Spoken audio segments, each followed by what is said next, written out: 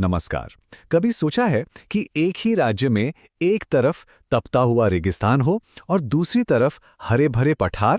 आज हम राजस्थान की जलवायु की इसी दिलचस्प कहानी को समझेंगे, वो भी इन हाथ से लिखे नोट्स के जरिए। तो चलिए शुरू करते हैं।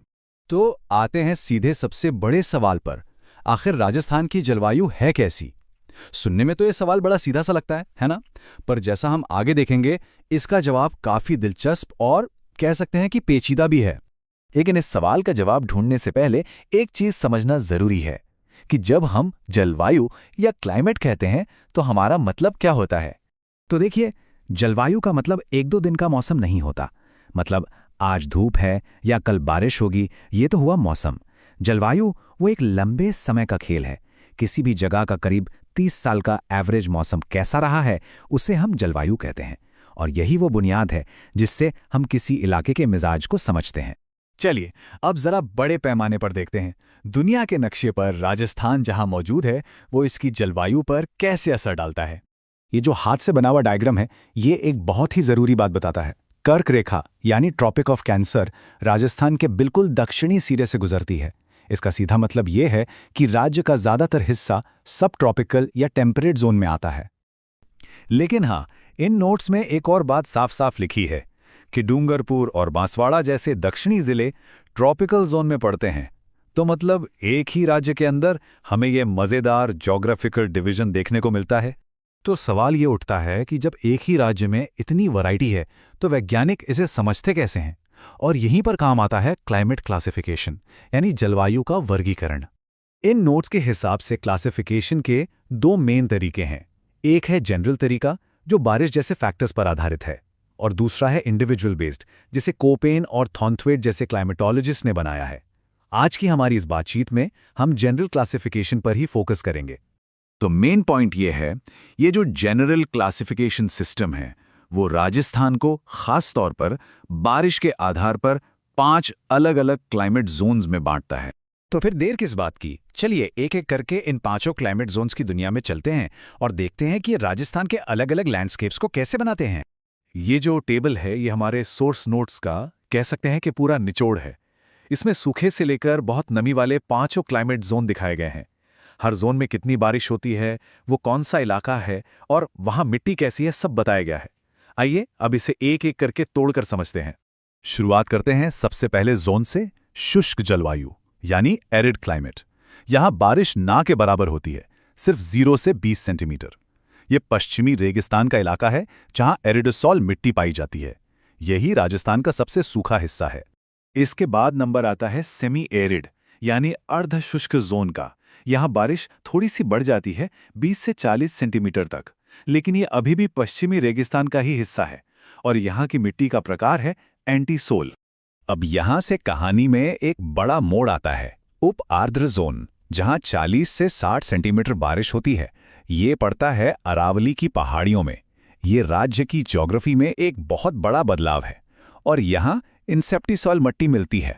चौथा जोन है ह्यूमिड क्लाइमेट यानी आर्द्र जलवायु। यहां बारिश और बढ़कर 60 से 80 सेंटीमीटर तक पहुंच जाती है। ये इलाका है पूर्वी मैदानों का, जो काफी उपजाऊ है और यहां की एल्फोसोल मिट्टी बढ़ी हुई नमी को दिखाती है। और आखिर में आता है 5वां और सबसे नम इलाका, वेरी ह्यूमिड या अति आर्द्र। यहां बारिश 80 से 120 सेंटीमीटर तक पहुंच जाती है, जो कि सूखे रेगिस्तानी इलाके से एकदम उल्टा है।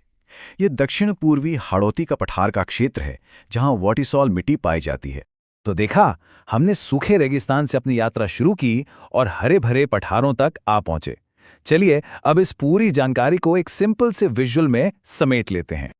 ये बार चार्ट देखिए, ये एकदम साफ साफ दिखा रहा है कि पूरे राज्य में बारिश में कितना ज्यादा फर्क है। सूखे इलाके के छोटे बार से लेकर बहुत ज्यादा नमी वाले इलाके के ऊंचे बार तक, ये पश्चिम से दक्षिण पूर्व तक के उस जबरदस्त क्लाइमेटिक सफर को दिखाता है जो हमने अभी अभी देखा।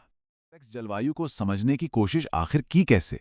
इस मैदान में सबसे पहले उतरे व्लादिमीर कोपेन। उन्होंने ही राजस्थान की जलवायु को बांटने का पहला बड़ा और अहम प्रयास किया, जिसने आगे होने वाली सभी स्टडीज के लिए एक मजबूत नींव रखी। कोपेन का जो तरीका था वो बड़ा सीधा साधा और प्रैक्टिकल था। उन्होंने 3 मुख्य चीजों पर फोकस किया। पहला, उस इलाके में पेड़ पौधे कैसे हैं, दूसरा वहां बारिश कितनी होती है, और तीसरा तापमान कैसा रहता है। बस इन्हीं 3 पिलर्स पर उन्होंने अपना पूरा क्लासिफिकेशन तैयार कर दिया। तो इन 3 चीजों के आधार पर कोपेन ने राजस्थान को 4 अलग-अलग जलवायु प्रदेशों में बांट दिया।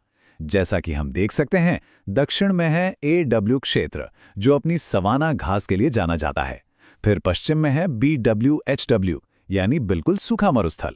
राज्य का एक बहुत बड़ा हिस्सा BSHW कहलाता है, जहां स्टेपी घास मिलती है। और आखिर में पूर्व में है CWG क्षेत्र, जहां मानसूनी या पतझड़ वाले जंगल हैं।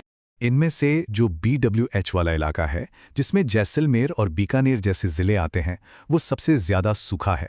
यहाँ साल भर में मुश्किल से 0 से 20 सेंटीमीटर बारिश होती है। ये वो इलाका है जिसे हम असल में रेगिस्तान के तौर पर जानते हैं। अब एक पल के लिए इस कोड पर ध्यान देते हैं, BHW।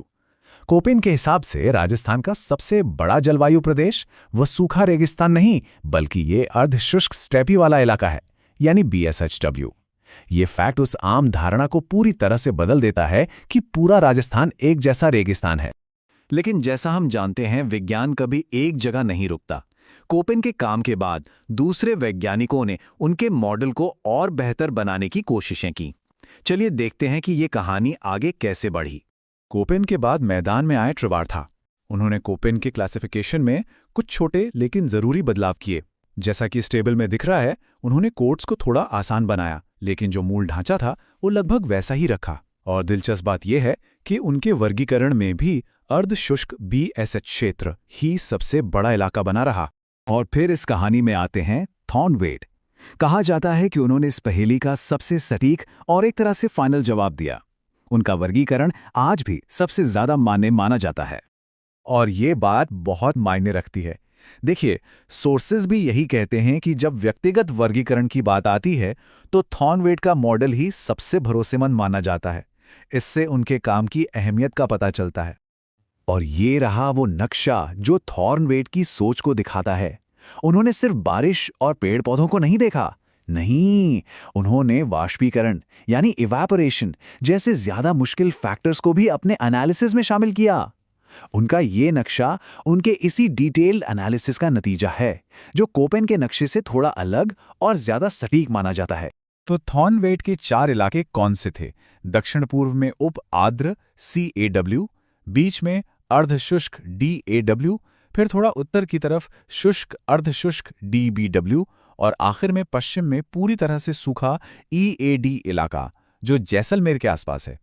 ये वर्गीकरण इसलिए ज्यादा सटीक है क्योंकि इसमें ज्यादा फैक्टर्स को ध्यान में रखा गया है। ठीक है, तो हमने कोपेन, ट्रिवार्था और थॉर्नवेट इन सब के क्लासिफिकेशन देख लिए, पर सवाल ये है कि आखिर ये सब जानना जरूरी क्यों है? ये सिर्फ किताबों में पढ़ने वाली बातें नहीं है। देखिए, इन नक्शों की अहमियत बहुत गहरी है। ये जानने से कि कौन सा इलाका किस जलवायु में आता है, कृषि की बेहतर प्लानिंग हो सकती है, पानी जैसे कीमती संसाधन को मैनेज करने में मदद मिलती है। ये भी समझ आता है कि कुछ इलाकों में आबादी ज्यादा और कुछ में कम क्यों है। और हाँ, यहाँ के अनोखे पेड़ पौधों और वन्य जीवन को बचाने के लिए भी ये जानकारी बेहद जरूरी है।